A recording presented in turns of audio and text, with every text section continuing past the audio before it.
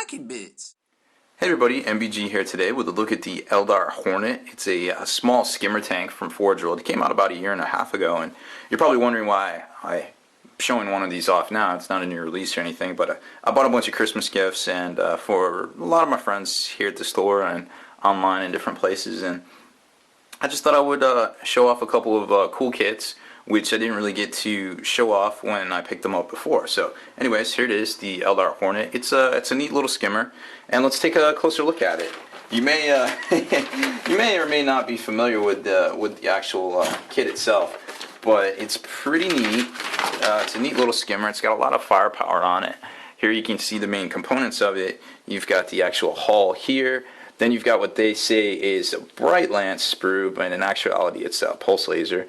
It's the D3 shots, just like the weapon that's on the Falcon. Then you got some thrust vanes there, some nozzles, main thruster nozzle, and a couple of components to lock in the weapons into the sides of the vehicle itself. And right here you've got the intake and also where the engine mounts in the rear, and then your weapon mounts kind of go on there. It's a very simplistic kit and very cool kit. It's small and compact. It's smaller than a Falcon / Wave Serpent, but bigger than, like, say, a Viper, I guess.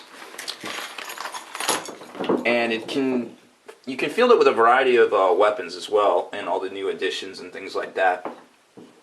And it actually comes with the Wave Serpent weapon sprue as well, so you get the 2 armor plates to go over the sides and lock the weapons in, which I actually messed up on when I made all mine.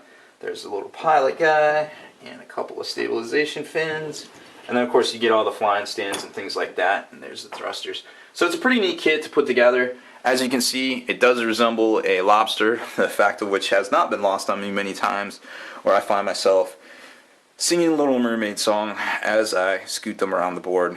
But it's a cool kit, and it's really neat. You just kind of put the exhaust thing onto here, and it all just fits together very well. I actually didn't put the thrust vanes on the little stabilizer wings on mine because I didn't like how they locked on right there. I figured it would end up snapping off anyways because it's so fragile and so thin right there.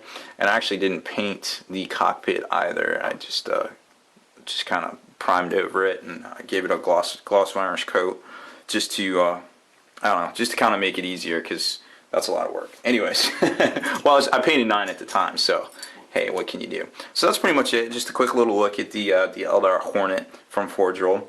Stay in the trenches. Make sure you subscribe to this YouTube channel. Check out the blog.spikybits.com, and check out the podcast as well every week, forgethenarrative.com. Spiky Bits.